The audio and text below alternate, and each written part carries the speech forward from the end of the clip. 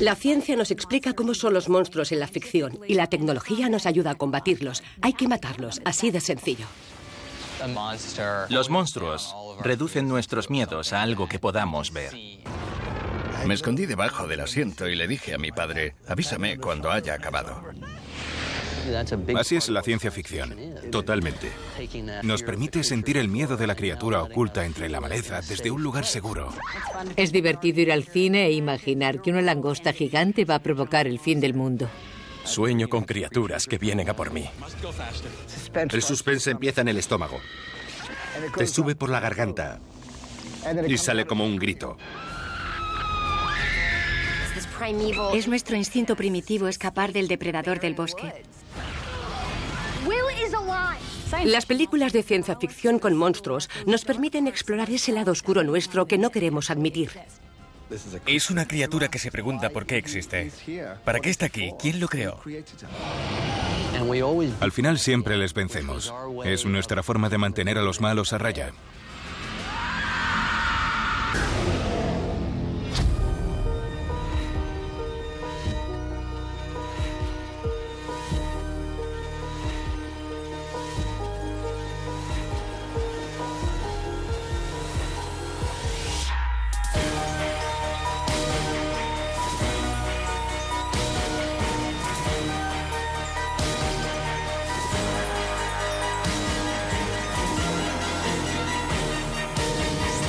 La historia de la ciencia ficción.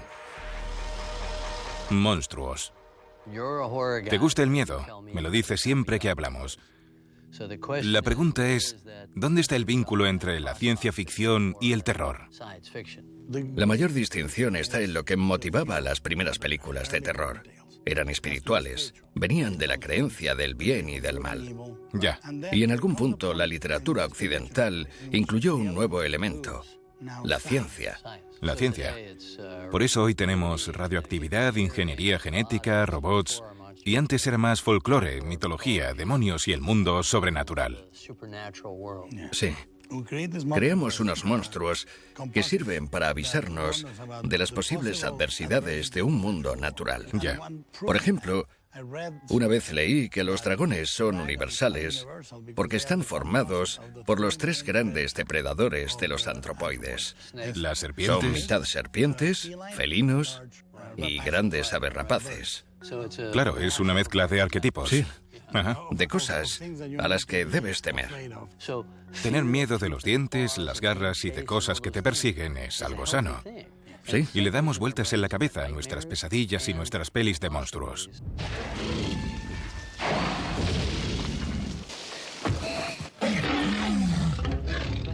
En mi opinión, los dinosaurios son lo máximo, porque existieron de verdad. Cuando piensas en los monstruos de las películas o de la ciencia ficción, te puedes tranquilizar si recuerdas que no son reales. Pero con los dinosaurios, eso no funciona. Existieron y eso te da más miedo. Parque Jurásico es todo un clásico. Me acuerdo de dar un grito ahogado, y seguro que mucha gente también, en esa escena en la que paran y te muestran una panorámica donde veías por primera vez un dinosaurio gigantesco.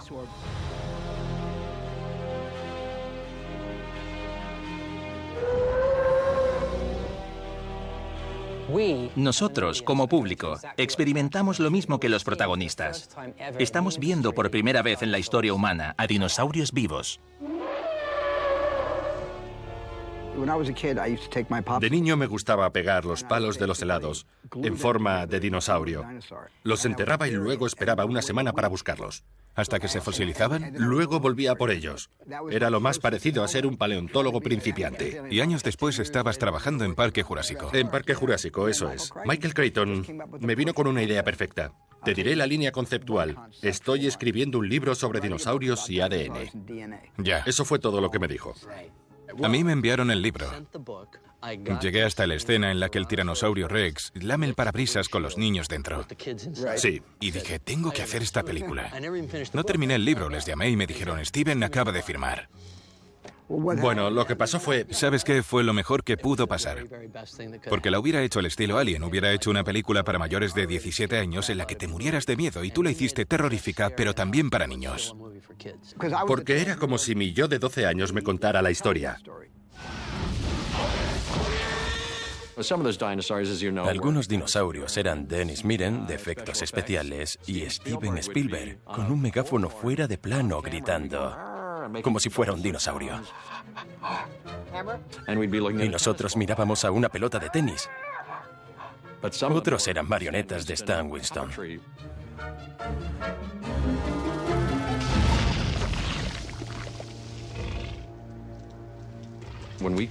Pero cuando llegamos al claro y vimos a un triceratops de tamaño real, y las 7 personas que lo hacían parpadear, respirar y moverse estaban escondidas,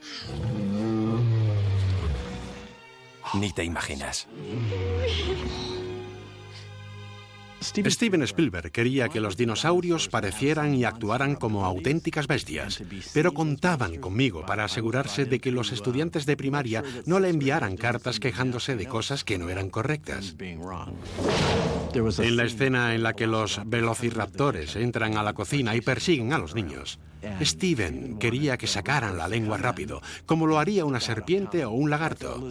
Pero yo le dije que sabíamos con total seguridad que los dinosaurios no hacían eso. Así que acabamos poniendo a uno de ellos bufando tras una ventana y empañándola. Solo un animal de sangre caliente podría hacerlo. Muchas pelis de ciencia ficción sobre monstruos en realidad tratan sobre el monstruo de la humanidad. En Parque Jurásico, el científico John Hammond solo piensa en recrear a los dinosaurios para demostrar que ha conseguido algo que nadie más ha podido lograr. Y al final crea una serie de desastres que acaban en un monstruo físico, la manifestación real de las malas acciones de esos humanos.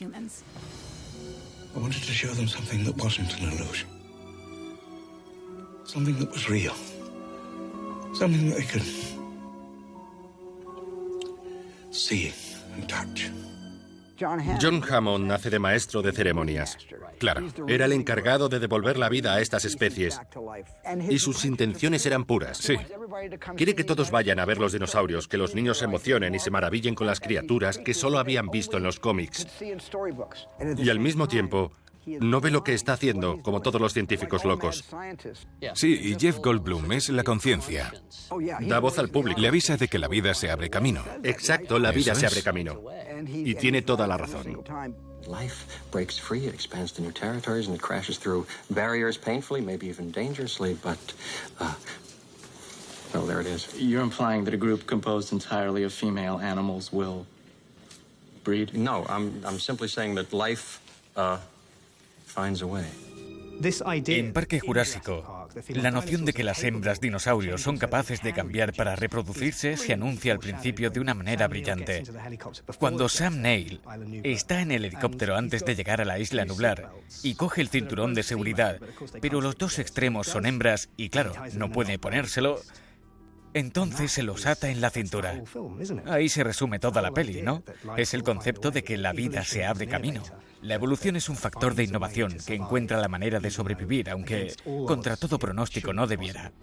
La moraleja de Parque Jurásico es que no se puede controlar la naturaleza. No deberíamos jugar a ser Dios. Aunque al acabar la peli, quería que los dinosaurios volvieran a existir.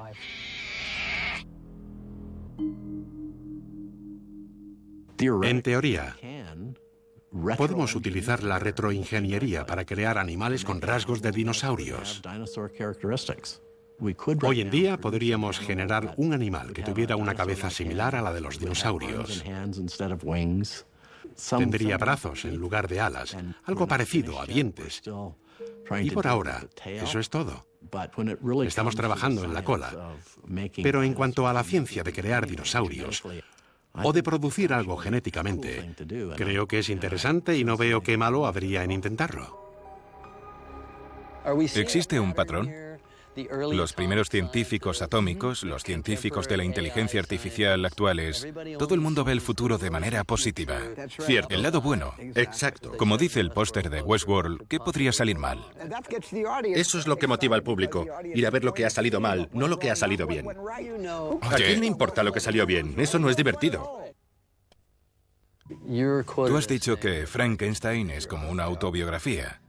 ¿Te identificas más con el monstruo de Frankenstein o con el científico? Con la criatura. ¿Eres la criatura? Me pasó que al ir creciendo me di cuenta de que era diferente al resto del mundo. Me sentía fuera de lugar.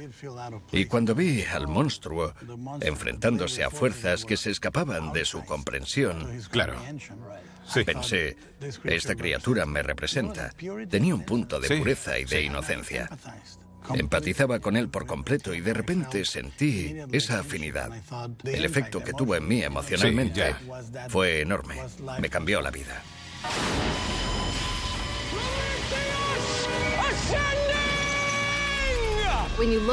Si echamos la vista atrás, los fundamentos de la ciencia ficción se los debemos a Mary Shelley. Con el Frankenstein de Mary Shelley nació la ciencia ficción. Fue una de las primeras escritoras en reflexionar sobre la ciencia y estudiar su repercusión en la sociedad. Mary Shelley vivía en una época en la que la ciencia estaba ganando presencia, de modo que existía la creencia de que el mundo se podía comprender sin tener que usar la religión ni los misterios mitológicos.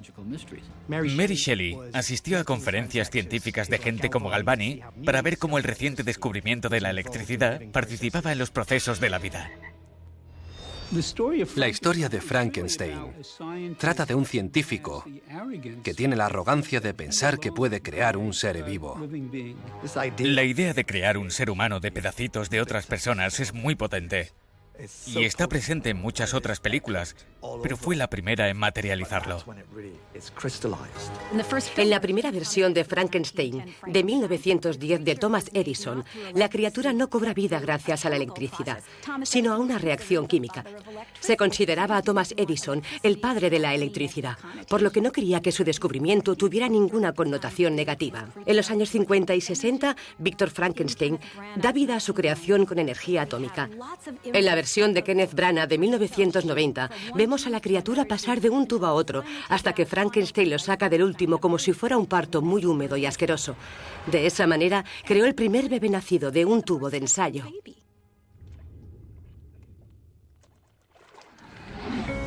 En la famosa película de 1931, el doctor pone un cadáver en una camilla y este empieza a contraerse. En ese momento, Frankenstein entra en un estado entre la histeria y el triunfo. Esto resume todos los miedos y esperanzas que podría sentir al crear una vida sintética. Lo asombrados y asustados que estaríamos de ser capaces de hacer algo así.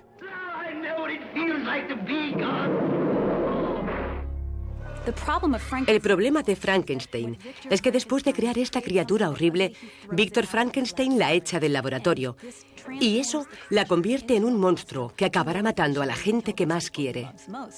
El subtítulo del libro es El moderno Prometeo, que hace referencia al mito en el que Prometeo roba el fuego a los dioses y lo baja a la tierra, rompiendo el orden natural. La criatura se da cuenta de que él es una violación de ese mismo orden natural.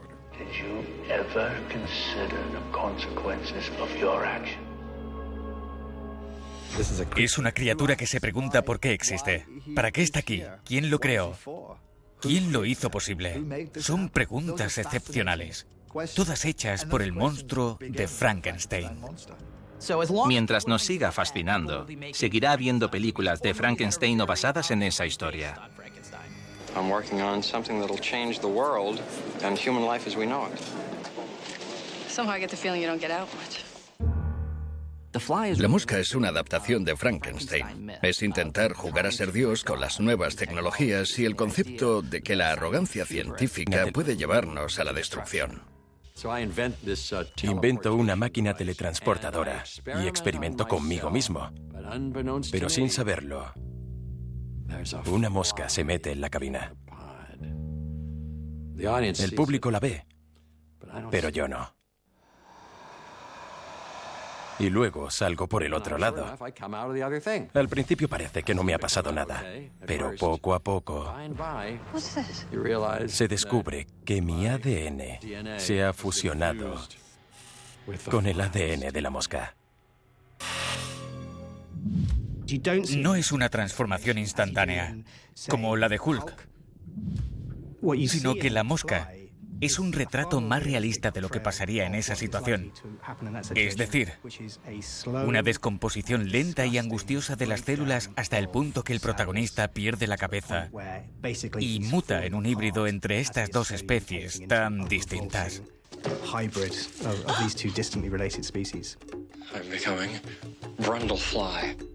Me acuerdo que había 5 fases de maquillaje.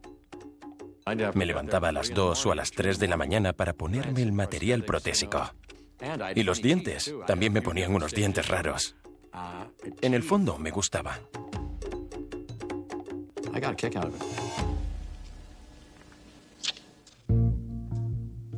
Lo que abordan estas pelis son preguntas como ¿qué pasaría si hacemos algo que no debemos? ¿O qué desencadenaría? ¿O cuáles son las consecuencias? De eso tratan. Las consecuencias son monstruos. Creo que en las películas de ciencia ficción con monstruos se utilizan nuestros tormentos, nuestras fantasías y nuestros miedos como escapatoria. Sí. Una pesadilla en la que estamos a salvo. Si te quedas solo con tu pesadilla a las 3 de la mañana no estás a salvo, pero si vas al cine sí lo estás. Hay gente a tu alrededor. Además sabes que va a durar unos minutos determinados. ¿Cierto? Es algo definido. Y que todo va a salir bien. Excepto en Alien. La vi en el cine la noche del estreno en el 79. La gente gritaba muchísimo y se les caían las palomitas de los saltos que metían. Yo igual. ¿Conoces esa frase hecha de esconderse debajo del asiento? Sí.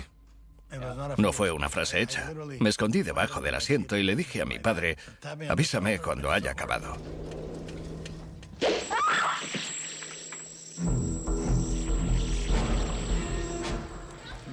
El xenomorfo de El octavo pasajero y de El regreso son los mejores monstruos de peli jamás creados. Son los más aterradores del mundo.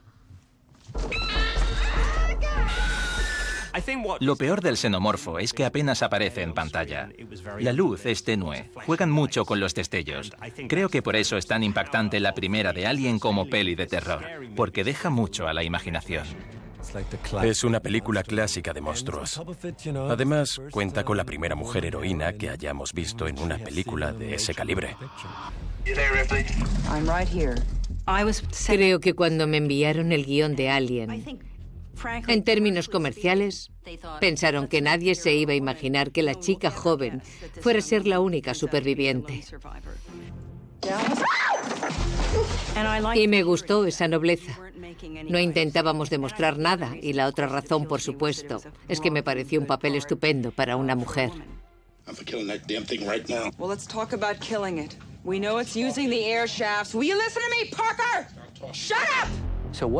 ¿Qué te hizo coger a Ripley, que ni siquiera tiene un nombre de pila? Ninguno lo tiene. Sí. Y decir, quiero una mujer.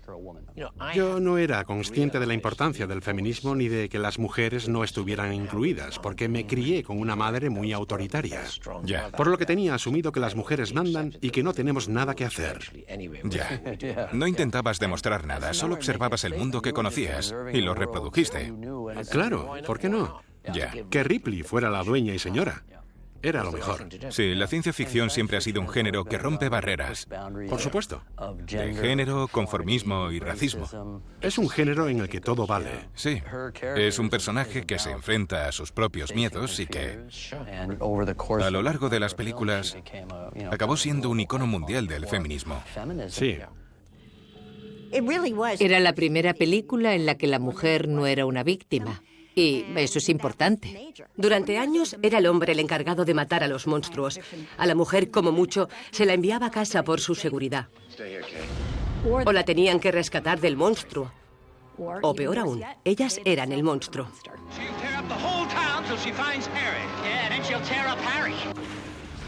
Ash, when Dallas and Kane are off the ship, I'm senior officer. Ridley Scott hizo un trabajo estupendo al retratar a Ripley como una mujer directa. Y luego Jim Cameron fue más allá al establecer su relación con Newt en Aliens, El Regreso. Es difícil creer que hay una niña detrás de todo esto e igualarla con la reina y su prole.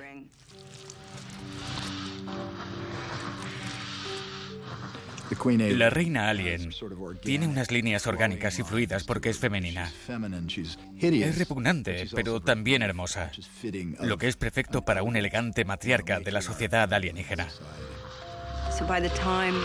Por eso, cuando mato a sus hijos e intento escapar con la niña, no es el mal contra el bien. Son dos madres luchando por la supervivencia de sus descendientes. Y creo que eso está hecho desde el respeto a ambas especies. Por suerte, Ripley tuvo ventaja.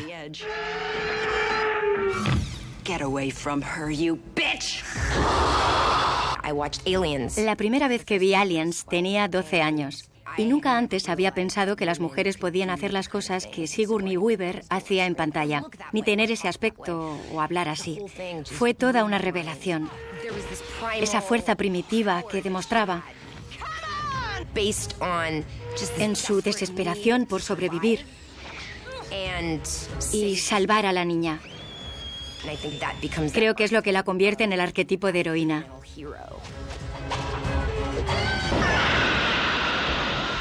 Creo que al público le gusta ver a mujeres teniendo éxito y matando monstruos. No habría tantas películas de la saga Alien si no fuera así. Al finalizar el arco de Ripley o Sigourney Weaver de la saga Alien, aparece una nueva asesina de monstruos igual de potente. Alice, de Resident Evil.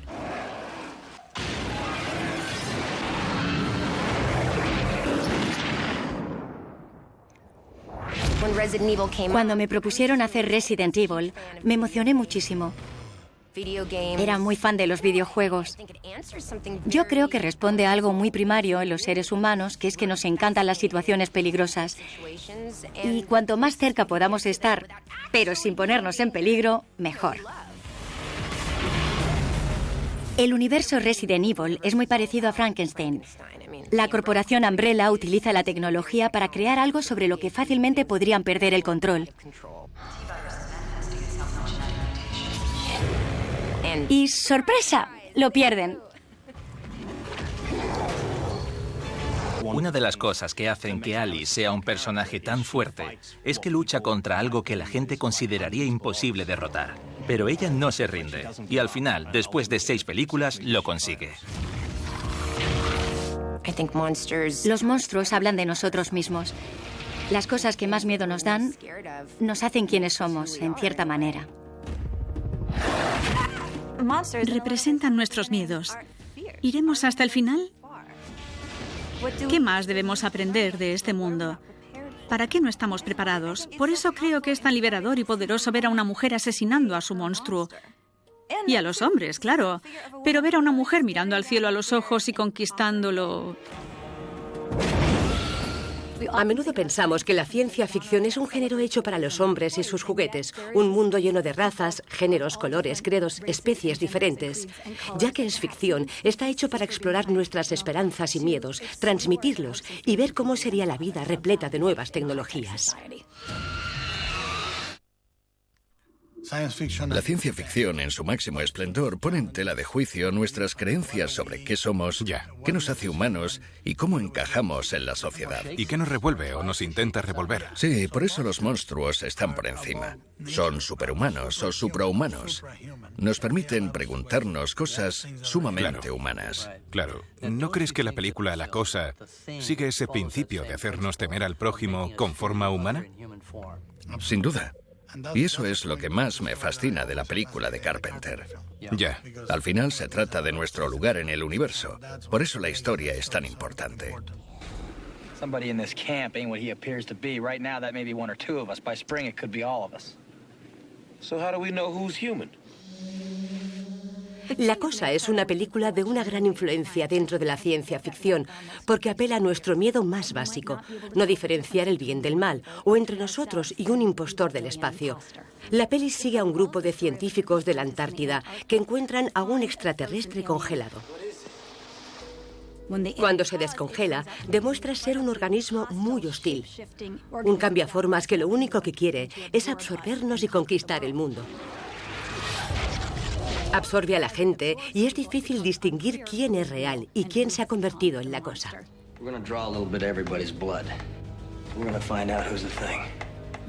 Es un relato de monstruos que se resuelve haciendo experimentos. Es ciencia ficción de manual.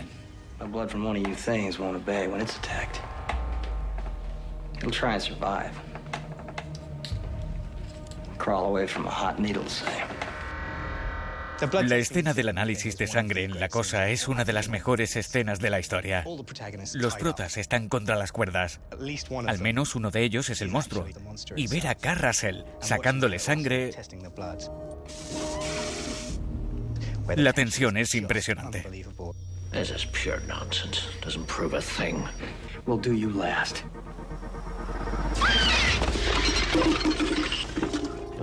Cuando el bicho sale gritando,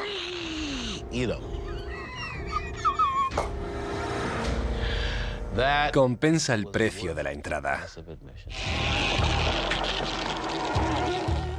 El bicho de La Cosa es, creo, el ápice de ese tipo de monstruo analógico de la vieja escuela. Estaba presente en el set, con sus tentáculos y sus dientes. Esto es anterior a los efectos por ordenador. No se hacían esas cosas. Pero la mayor amenaza en la peli no es para nada el monstruo. Es lo que evoca, la paranoia y el terror que engulle esa base.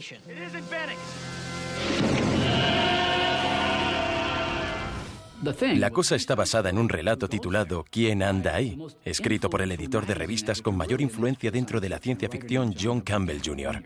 Did you have any plan in mind as to what you wanted Astounding to be? I wanted to be a good science fiction magazine, and, oh yes, I wanted to learn how to be an editor. Y comenzó a rodearse de un equipo de escritores para la revista que la convirtió en la meca de la ciencia ficción moderna. Robert Heinlein, por ejemplo, o Isaac Asimov. John W. Campbell Jr. What he wanted were people who would write stories in which the science was realistic. Realistic in the sense that the scientific culture be represented accurately. Hizo que pasaran de ser historietas de aventuras sobre chicos en el espacio a reflexiones serias sobre cómo sería el futuro. Y ese fundamento es lo que algunos escritores consideran la edad de oro.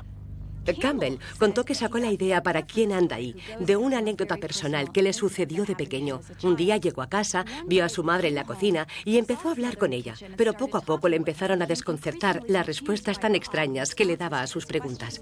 Hasta que su verdadera madre entró en la cocina. No se dio cuenta de que estaba hablando con su hermana gemela. Este recuerdo tan peculiar de pensar que estaba con alguien que conocía y que en realidad era una persona diferente le acompañó el resto de su vida.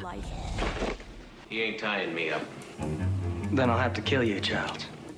Then kill me.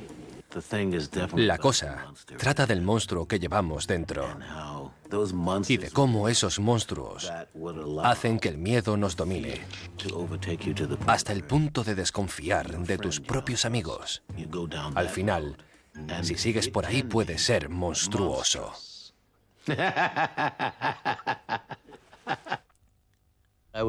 Diría que Pacific Rim es pura ciencia ficción, robots y monstruos gigantes. No hay un ejemplo más claro que ese. Lo que más me gusta de Pacific Rim es el sinfín de soluciones a las que podríamos llegar para matar a los 25 monstruos de la peli. Yo creo que lo último que se nos ocurriría sería crear 25 robots igual de fuertes. Robots, sí.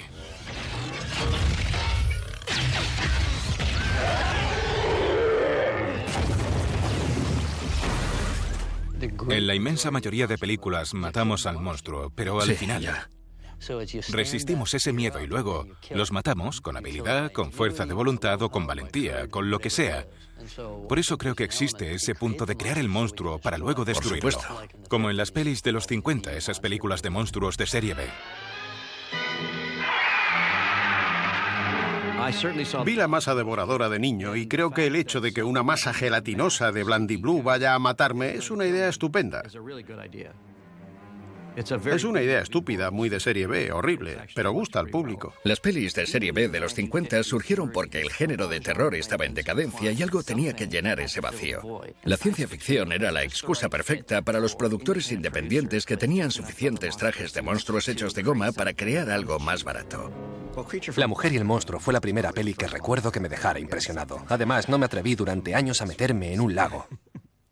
The Killer's Truce me dio bastante miedo. Al final recuerdo que la gente estaba confinada en una especie de cabaña. Me pareció terrorífico.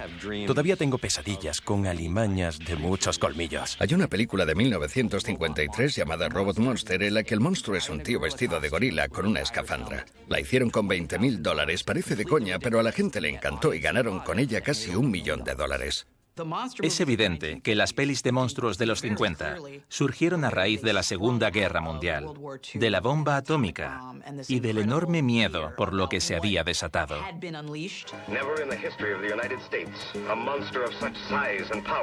La gente descubrió que la radiación podía cambiar las estructuras genéticas y crear todo tipo de cosas extrañas.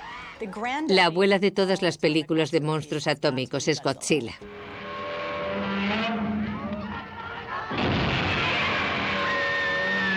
Godzilla personaliza la ansiedad y el miedo a la edad nuclear. Sí, no sorprende que surgiera como neomito de la ciencia ficción en Japón, que había sido bombardeada por armas nucleares. Por eso, los monstruos responden al zeitgeist de la época en que fueron creados. El zeitgeist. Los monstruos son el modelo perfecto para representar lo abstracto.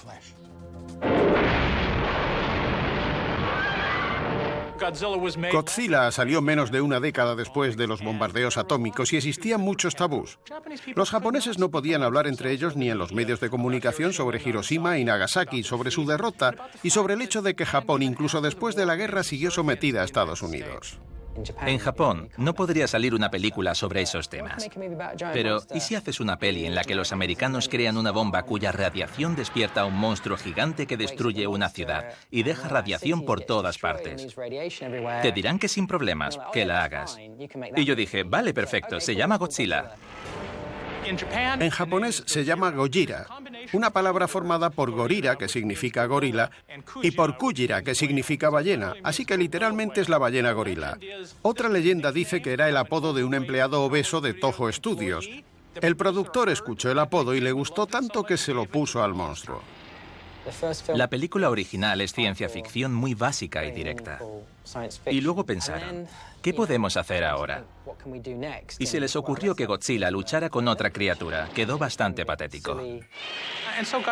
Godzilla pasó de ser una fuerza vengativa a un protector y defensor de Japón. Lo que buscábamos en nuestra peli era recoger esa cursilería en un concepto moderno. Godzilla es un personaje muy querido en Japón, tanto que tiene una Biblia que es así de grande, sobre lo que puede hacer, de lo que es capaz y de lo que no. Y pasamos de ella. Contraté al diseñador de producción de Independence Day, Patrick Tatopoulos, para que creara un nuevo Godzilla. Y dije, si no puedo hacer a ese Godzilla, no hago la peli. La primera escena que tenemos de Godzilla era en la calle mirando hacia arriba. Y la primera pregunta que nos hicimos fue, ¿qué pasa con los genitales? ¿Los vemos o no? Y es gracioso porque Emmerich dijo que tenía que ser hembra, que debía tener hijos. En muchos aspectos intentábamos reinventar a Godzilla. Creo que la gente de Japón pensó, no hace falta que reinventes nuestro Godzilla. Nos gusta tal y como es. Cuando intentas hacer una película de monstruos de ciencia ficción, siempre buscas una buena trama. En nuestra Godzilla queríamos sobre todo que volviera a ser seria. Aunque al fin y al cabo es una película sobre dos criaturas gigantes pegándose mamporros. Pero eso no tiene sentido si no hay algún trasfondo que lo sustente. Por eso pensé que en Occidente hay algo así como una culpabilidad de la que no hablamos o no reconocemos, que es que bombardeamos un país Y creo que Godzilla, en nuestra peli, representa que de alguna manera ese pasado viene a atormentarnos. Las pelis de ciencia ficción son una catarsis. En todas, la humanidad acaba derrotando al monstruo, salva al mundo y nos ayudamos cuando más lo necesitamos.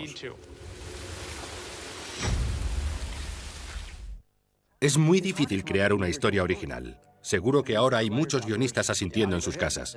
Sí, todos estamos influenciados por las historias que ya existían hace miles de años, por mitos, leyendas, cuentos de hadas. Creo que las peores películas son aquellas que solo hacen referencia a esas historias, y las buenas son las que nos hacen conectar con algo que hemos vivido. Sí. Stranger Things lo ha conseguido. Tiene una pizca de muchas películas que tú y yo y otros hemos hecho, pero es brillante. Es una amalgama de géneros, pero todo se reduce a una cosa. Los niños son geniales y no queremos que les ocurra nada malo. Exacto. Y Stranger Things trata, aparte de toda esa fantasía fabulosa, de esos personajes. All I know is Will is alive. Will is alive. He's out there somewhere. All we have to do is find him. Hemos crecido con una dieta sana y equilibrada de ciencia ficción y películas de miedo. Todas han aportado su granito de arena a Stranger Things. Muchas de nuestras historias, películas y novelas favoritas estaban protagonizadas por niños que se enfrentaban a alguna clase de terror. Sí, Spielberg tiene experiencia en poner a niños en situaciones traumáticas. Igual que Stephen King. Todos creaban personajes muy reales, familias y niños que parecían como de la familia. Eran nuestros amigos o nosotros mismos. Y viven estas experiencias tan extraordinarias.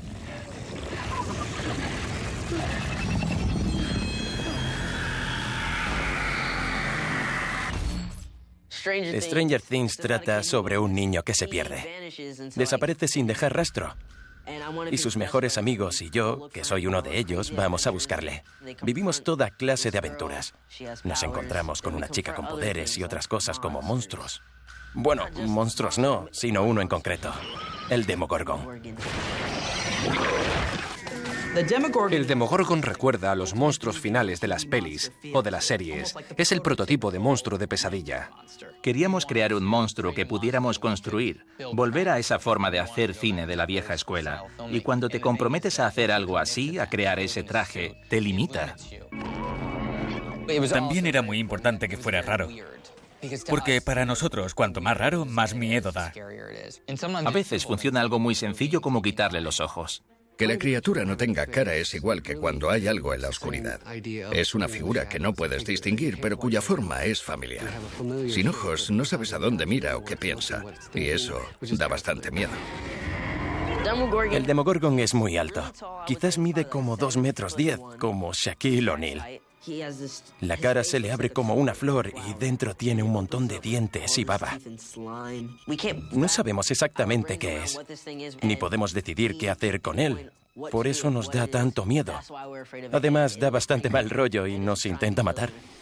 La cabeza del Demogorgon es la parte principal del traje, porque no veo ni oigo como lo haría habitualmente, y eso hace que sentirme como el monstruo sea más fácil. Las indicaciones que me dieron los hermanos Duffer fueron muy concretas. Eres como el escualo de tiburón o una criatura que ha venido a esta dimensión a comer.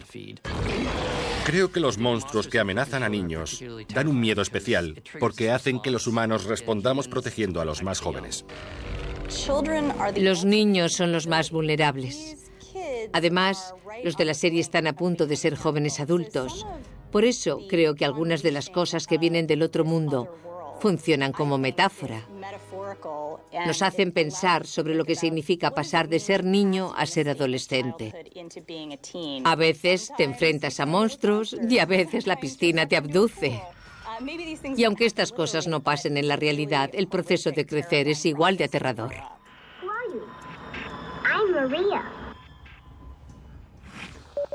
Stranger Things es en sí misma como una serie de Frankenstein.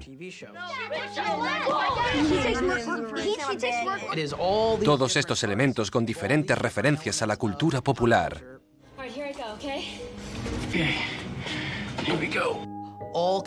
Se han combinado para crear algo bonito y terrorífico. La persecución en bici y la furgoneta que sale volando son guiños evidentes a E.T. ¿Disfrazar a 11? No nos pudimos resistir. El personaje de Winona era muy similar al de Richard Dreyfuss. Las luces de Navidad son como el puré de patatas. Cuando ves esas películas de pequeño, la sensación de grandeza, de asombro y de miedo te acompaña el resto de tu vida. Lo que quisimos fue captar cómo nos hicieron sentir esas pelis. La ciencia ficción es una vía de escape para muchas personas.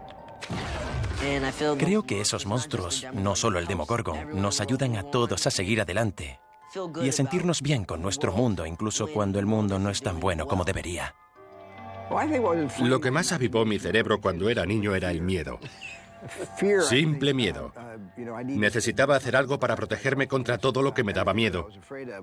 Sobre todo, lo que peor llevaba era la oscuridad. La mayoría de mis procesos comienzan con sueños y pesadillas. Intentamos sacar esos terrores de la infancia y hacer que todo el mundo lo sienta. Sí, los expulsas de tu vida y luego se los endosas a extraños. Al resto de personas, sí, exacto. Y nos encanta. No nos cansamos de eso. Claro. Por eso no paramos.